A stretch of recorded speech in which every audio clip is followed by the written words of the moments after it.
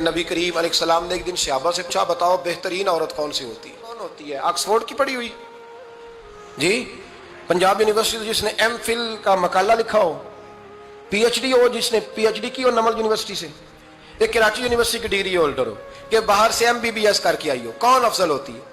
کہ یا جو اچھی گفتگو کرے، نماز پڑھے، عبادت کرے وہ افضل؟ کوئی تو ایسی وجہ ہوگی نا۔ صحابہ سے حضور نے سوال پوچھا تو صحابہ نے بھی مختلف جوابات دیے۔ کسی نے کہا حضور پنجگانہ نماز پڑھنے والی، اور میں بات تمہاری ٹھیک ہے پر تم میری مراد کو نہیں پہنچے۔ ایک نے کہا یا رسول اللہ صلی اللہ علیہ وسلم پردہ کرنے والی، فرمایا بات تمہاری ٹھیک ہے پر تم میری مراد کو نہیں پہنچے۔ ایک نے کہا حضور با پردہ عورت، فرمایا بات تمہاری ٹھیک ہے پر تم میری مراد کو۔ حضرت علی کہتے ہیں بیٹھا میں بھی تھا بیچ، لیکن میں بھی مراد کو سمجھ نہیں پا رہا تھا، حالانکہ شہر علم کے دروازے کا نام مولا علی ہے۔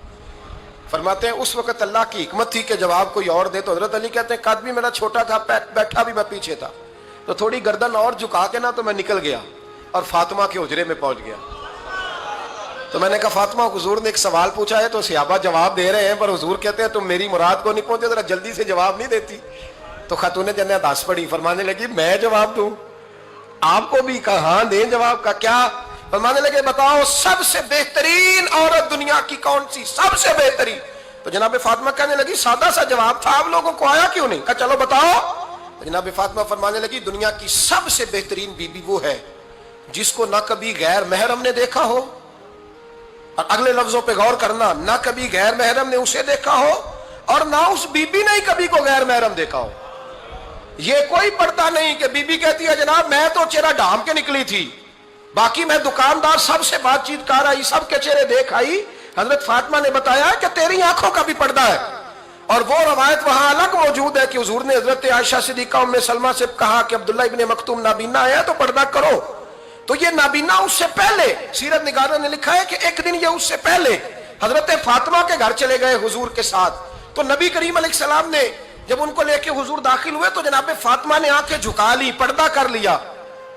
تو حضور نے فرمایا بیٹی وہ تو نابینا ہے، تو عرض کرنے لگی حضور مجھے تو نظر آ رہا ہے نا۔ یعنی حضور نے جو ازواج کو کب بات کی، جناب فاطمہ کا جو انداز ہے وہ نرالا ہے۔ تو حضرت علی کہتے ہیں جناب فاطمہ نے جواب دیا کہ بہترین عورت وہ جسے نہ کبھی غیر محرم دیکھا ہو اور نہ غیر محرم نے کبھی، وہ بی بی نے بھی کبھی غیر محرم بندہ نہ دیکھا ہو، دیکھا ہی نہ ہو اس نے۔ یہ پوائنٹ ذرا مشکل ہے، سمجھنے والا ہے۔ تو حضرت علی کہتے ہیں میں وہاں سے گردن جھکائی اور بیچ آ کے بیٹھ گیا، بات ابھی جاری تھی۔ حضور نے فرمایا آتا ہے کسی کو جواب؟ تو کہتے ہیں میں نے ہاتھ کھڑا کیا، میں نے کو حضور آتا ہے؟ تو حضور مسکرا پڑے، فرمایا چل بتا۔ میں نے عرض کی حضور بہترین عورت وہ ہے کہ نہ کبھی اسے غیر محرم نے دیکھا ہو نہ اس نے کبھی غیر محرم دیکھا ہو۔ تو حضرت علی کہتے ہیں شاباش مجھے ملنی چاہیے تھی نا۔ حضور مسکرا پڑے، کہنے لگے میں نے تو پہلے ہی کہا ہے فاطمہ تو بدعۃ منی، فاطمہ میرے جگر کا ٹکڑا ہے، میں نے تو بڑا پہلے کہہ دیا ہے۔ تو کہتے ہیں صحابہ میری طرف دیکھنے لگے کہ یہ تو تعریف فاطمہ کی ہونے لگ گئی ہے۔ تو میں نے کہا کیا کریں؟